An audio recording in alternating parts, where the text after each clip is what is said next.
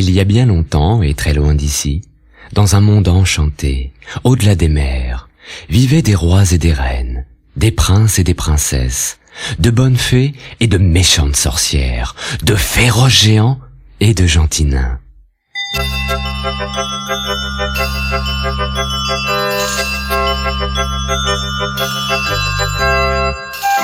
Ouvre ton album, écoute bien et rejoins toi aussi le monde magique d'Il était une fois. Dès que tu entends, tourne la page. Jean de Fer.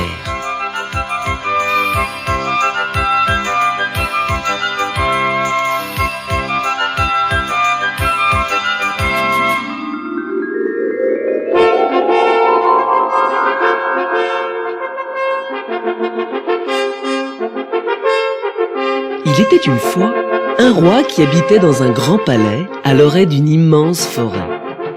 Un jour, il envoya un de ses gardes chasser le cerf. Le garde partit, mais ne revint pas.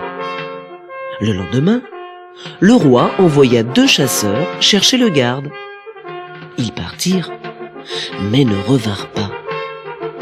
Le 3e jour, le roi inquiet réunit tous ses chasseurs et leur dit: passez la forêt au peigne fin, et ne revenez que lorsque vous aurez retrouvé mon garde et mes 2 chasseurs. Les chasseurs partirent, mais ne revinrent pas. Et à partir de ce jour-là, plus personne n'osa pénétrer dans la forêt. Bien des années plus tard, un chasseur d'un autre pays se présenta à la cour du roi et lui annonça fièrement: Sire, je me mets à votre service. J'irai dans la forêt et je découvrirai son mystère. Malheureux, répondit le roi. Cette forêt est hantée. J'y ai perdu mes meilleurs hommes. Vous ne savez pas à quel danger vous vous exposez. Rien ne m'effraie, sire. Je ne connais pas la peur, répondit le chasseur. Il salua le roi, siffla son chien et prit la direction de la forêt hantée. À l'orée de la forêt, le chien renifla une piste et la suivit. Il se trouva bientôt devant une grande mare que son maître contempla en se demandant comment ils allaient pouvoir la traverser. Soudain, un bras sortit de l'eau et attrapa le chien qui disparut dans la mare. Le chasseur se précipita à la lisière de la forêt et appela à son secours 3 hommes qui passaient. « Aidez-moi à sauver mon chien! Dépêchez-vous avant qu'il ne soit trop tard !» Les 3 hommes suivirent le chasseur avec des seaux pour vider l'eau de la mare. Ils travaillèrent pendant des heures, jusqu'à ce qu'elle fût complètement asséchée. « Regardez !» cria l'un des hommes. « Il y a quelqu'un !» Un homme, avec une longue barbe, était étendu au milieu de la mare asséchée. Il était couvert de poils et ressemblait à un sauvage. Les hommes le ligotèrent et le ramenèrent au palais, où chacun vint observer avec curiosité cet étrange homme poilu. « Je suis sûr qu'il porte malheur !» dit le roi. Il décida de faire enfermer cet homme couvert de poils dans une cage en fer que l'on plaça dans la cour du palais. Les villageois surnommèrent ce sauvage Jean de Fer. Un jour, le jeune fils du roi, qui jouait dans la cour, lança sa balle en or dans la cage de Jean de Fer. « Pouvez-vous me renvoyer ma balle, s'il vous plaît ?» demanda le petit garçon. « Je ne te la rendrai que si tu ouvres la porte de la cage, » répondit le sauvage. « Je ne peux pas. Le roi m'a interdit d'ouvrir cette porte. D'ailleurs, je n'ai pas la clé, » rétorqua l'enfant. « Elle est cachée sous l'oreiller de ta mère, » chuchota le sauvage. « Maintenant que tu sais où elle est, va la chercher !» Le petit garçon avait tellement envie de récupérer sa balle qu'il alla chercher la clé. Mais la porte de la cage était rouillée, et en l'ouvrant, il se blessa au doigt. « S'il vous plaît, ne vous enfuyez pas, revenez sinon mon père me donnera la fessée !» cria le petit prince. Alors, le sauvage revint sur ses pas, prit le petit garçon dans ses bras et s'enfuit avec lui dans la forêt. Lorsque le roi vit la cage vide, il entra dans une terrible colère et demanda à sa femme ce qui s'était passé. Elle appela son fils, mais il ne répondit pas. Le roi envoya ses domestiques le chercher, mais ils ne le trouvèrent pas. Pendant ce temps-là, le sauvage était arrivé au cœur de la forêt. « Reste ici avec moi !» dit-il au fils du roi. « Si tu fais tout ce que je te dis, il ne t'arrivera rien. » Le petit prince se coucha et s'endormit. Le lendemain, le sauvage l'emmena devant un puits. « C'est un puits d'eau de cristal, » dit-il. « Je veux que tu restes ici et que tu veilles à ce que rien ne tombe dedans. Tu as bien compris, rien ne doit souiller la pureté de cette eau. C'est très important. » Le petit prince s'assit devant le puits et comme son doigt blessé lui faisait mal, sans réfléchir, il le trempa dans l'eau. Lorsqu'il le sortit, son doigt était en or. Lorsque Jean de Fer arriva, il vit immédiatement que l'eau du puits avait été souillée. « Qu'est-il arrivé au puits ?» demanda-t-il en fronçant les sourcils. Rien du tout, répondit le petit garçon en cachant sa main derrière son dos. Mais Jean de Fer vit les reflets de l'or scintiller au soleil. « Tu as trempé ton doigt dans l'eau !» grommela-t-il. « Pour cette fois je te pardonne, mais que cela ne se reproduise pas. » Le lendemain, le petit prince fut à nouveau chargé de surveiller le puits. Attiré par le reflet de son visage dans l'eau, il se pencha sans s'apercevoir que la pointe de ses cheveux trempait dedans. Quand il releva la tête, ses cheveux étaient en fil d'or. Il mit aussitôt un foulard, espérant que Jean de Fer ne remarque rien. Mais le sauvage arriva au même moment. « Tu n'as pas surmonté cette épreuve !» s'écria-t-il en arrachant le foulard. « Cette fois, il va falloir que tu ailles dans le monde pour apprendre la pauvreté. Mais comme je t'aime bien, je te promets que si un jour tu as un problème, je t'aiderai. Il te suffira de venir dans la forêt et de crier « Jean de Fer !»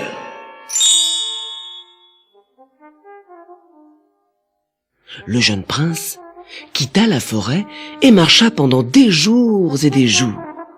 Il arriva enfin devant un palais où il se fit engager comme apprenti jardinier.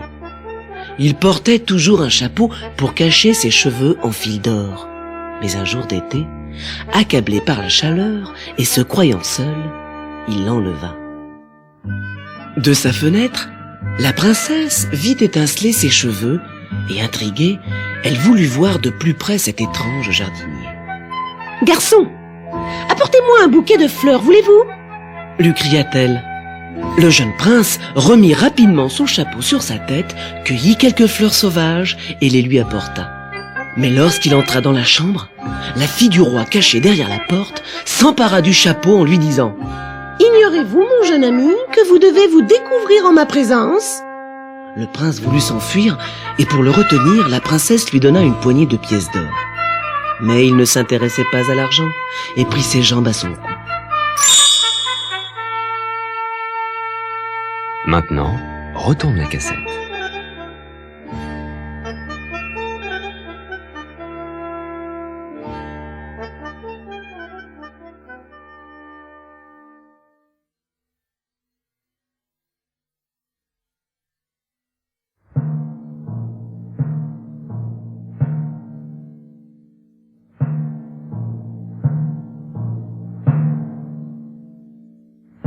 Un mois plus tard, le pays entra en guerre et le roi rassembla ses troupes.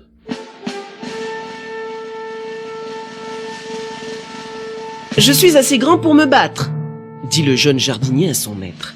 « Donnez-moi un cheval et j'irai à la guerre. » On lui donna un vieux cheval fatigué. Le jeune garçon l'enfourcha et partit en direction de la forêt. Arrivé devant le puits, il cria « Jean de Fer !» Quelques instants plus tard, l'homme sauvage apparut. « De quoi as-tu besoin ?» demanda-t-il. « J'ai besoin d'une armée puissante pour aller à la guerre, » dit le jeune homme. « La voici. » L'homme sauvage s'écarta et une armée apparut. Un palefrenier tenait la bride d'un magnifique destrier. Le jeune prince donna son vieux cheval au palefrenier et enfourcha le superbe cheval. Les soldats étaient vêtus d'épaisses armures et portaient chacun une épée et un bouclier. Le prince marcha courageusement à la tête de son armée vers le champ de bataille. Ses soldats ne connaissaient pas la peur et l'ennemi fut mis en déroute en moins de 2 jours. Après la victoire, au lieu de prendre la direction du palais du roi à la tête de ses troupes, le jeune prince conduisit son armée dans la forêt et appela Jean de Fer. « Que puis-je faire pour toi ?» demanda le sauvage. « Je voudrais que tu reprennes l'armée et le destrier et que tu me rendes mon vieux cheval. » Jean de Fer accepta, puis le prince monta sur son vieux cheval et rentra travailler au jardin du palais. En ville, on ne parlait que du mystérieux chevalier qui avait gagné la bataille. Le roi avait envoyé ses gardes dans tout le pays pour le retrouver, mais le héros demeurait invisible. Le roi eut alors une idée. Il fit appeler sa fille et lui dit : « Nous allons donner une grande fête pour célébrer la victoire. J'organiserai un concours pour les chevaliers et tu lanceras une pomme en or au vainqueur. Peut-être cela attirera-t-il notre mystérieux héros. » Dès que la fête fut annoncée, le jeune prince retourna dans la forêt et appela Jean de Fer. « Que puis-je faire pour toi ?» demanda le sauvage. « Il faut que j'attrape la pomme d'or de la princesse, » dit le prince. « Tu l'attraperas. Je vais aussi te procurer une armure rouge et un beau cheval alezan. » Le premier jour de la fête, le jeune prince se présenta au concours avec son armure et son bel alezan. Il se joignit aux autres chevaliers, mais personne ne le reconnut, car il portait un casque. La princesse lança la pomme d'or au chevalier, et le prince l'attrapa. Il y eut un grand cri dans la foule, puis le chevalier disparut au galop. Le deuxième jour de la fête, Jean de Fer donna au prince une armure grise et un cheval gris. Cette fois encore, personne ne le reconnut. La princesse lança la pomme d'or, le prince l'attrapa, et comme la veille, il s'enfuit au galop. Le roi était rouge de colère. « C'est inadmissible !» maugréa-t-il. « J'exige que ce jeune homme se présente et me dise son nom !» Et le roi ordonna aux autres chevaliers de poursuivre le héros inconnu si celui-ci se présentait à la cour le lendemain et attrapait encore la pomme. Le troisième jour de la fête, le jeune prince se présenta au concours avec une armure noire et un magnifique cheval noir. Il attrapa la pomme de la princesse et s'enfuit au galop. Mais son casque tomba et la foule stupéfaite constata que ses cheveux étincelaient comme de l'or. Le lendemain, la princesse fit appeler le jardinier et lui demanda où était son apprenti. « Oh, il travaille sans doute au jardin » répondit le jardinier. « Mais quel drôle de garçon. Il est allé à la fête hier soir et il a montré à mon fils 3 pommes en or qu'il avait gagnées. » Le roi ordonna qu'on lui amène aussitôt l'apprenti jardinier. Le jeune prince arriva, les cheveux bien cachés sous un chapeau. Mais la princesse lui demanda de l'enlever. « Es-tu le chevalier qui a attrapé les 3 pommes d'or ?» questionna le roi. « Oui » répondit le prince, et il sortit les 3 pommes de sa poche. « Sire, je suis aussi le chevalier qui a gagné la bataille » ajouta-t-il. « Dans ce cas, tu n'es sûrement pas un simple jardinier. Qui est ton père ?» demanda le roi. « Mon père était comme vous, messire, un grand seigneur » répondit le prince. « Nous te devons beaucoup, chevalier. Y a-t-il quelque chose que je puisse faire pour toi ? Parle sans crainte. tous tes désirs seront exaucés, dit le roi. Sire, je vous demande la main de votre fille, répondit le prince. La princesse bondit de joie. Le mariage fut célébré quelques semaines plus tard, mais pendant le banquet, la porte s'ouvrit brusquement et un chevalier inconnu entra dans la salle. Il se dirigea droit vers le prince, le salua et lui dit: « Me reconnais-tu sous mon vrai visage ? Je suis Jean de Fer. Grâce à ton courage, le mauvais sort que m'avait jeté une sorcière a été rompu. J'ai retrouvé figure humaine, mon château et mes terres. Pour te remercier, je t'en donne la moitié. Et n'oublie jamais, prince, si tu as un problème, appelle-moi. »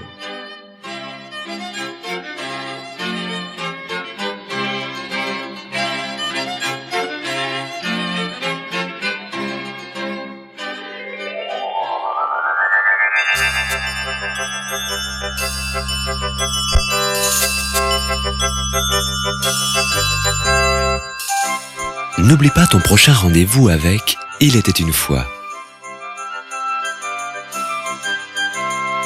Tu découvriras l'histoire extraordinaire de l'enfant d'éléphant.